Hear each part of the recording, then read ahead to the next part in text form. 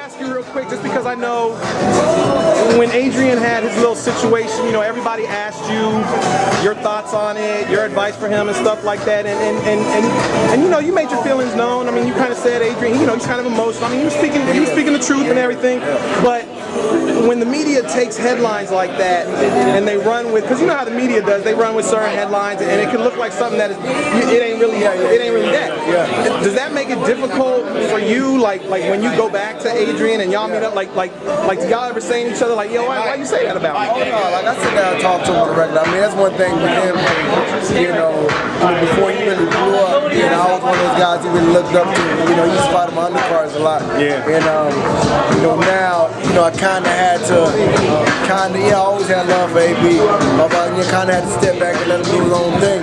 You know, he came to a lot of money, a lot of fame, and sometimes you gotta let these guys grow and you know, experience life on their own, so they're gonna handle it. Yeah. And I think he got a chance to see the good and the bad of this game and understand a lot of these guys aren't genuine.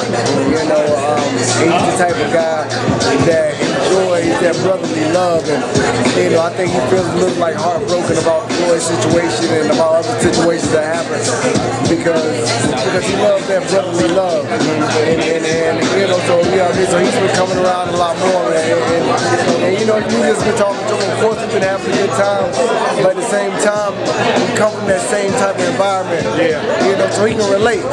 But at the same time, you know, I talk that real talk to him, and we have real conversations. You know what I'm saying? So even last night we went out, we had a good time, but we had that real conversation talking, you know, made him really understand. I mean, listen, bro, you got a gift. You know what I'm saying? You got a gift, man, and you got to let all this other shit around you corrupt it.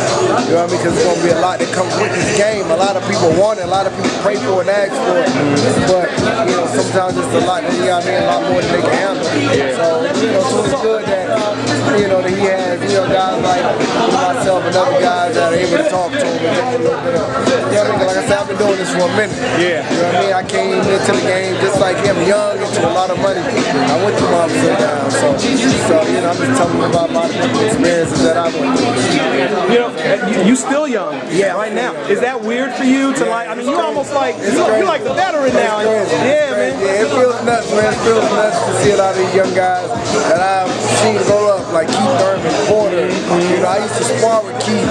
You know, coming up, you know, Porter, seeing him. You know, seeing young Spence in the Olympic trials, and seeing Adrien on the undercards. You know what I mean? Like now, right now is their time. You know, it's their time now. You know, you can't really get caught up in too much of the hoopla. Like you actually understand what's real. Like, you know what I'm saying? Like I came into the game hot and fresh. I went through ups and downs. Of course, we're back right now where we need to be. But at the same time, I mean, it's, you know, I mean, it's a beautiful thing to see these guys.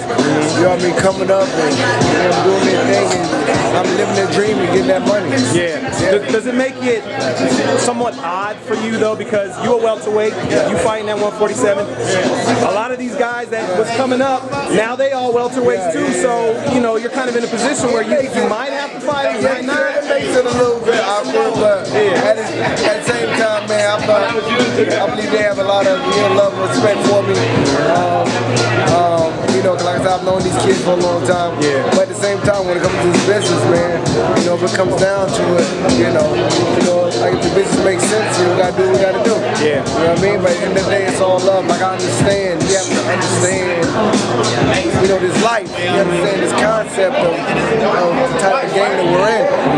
If it's football, if it's basketball, you know what I mean? You're gonna be that young hot guy, but it's gonna be some, you know, after a few years, it's gonna be the next. It's gonna be the next. You know what I'm saying? So you gotta play that into, you know what I mean, into what it is. You just need to continue to work hard and take what you can from the game. And when it's time to give it up, man. Keep moving. At the end of the day, it's business.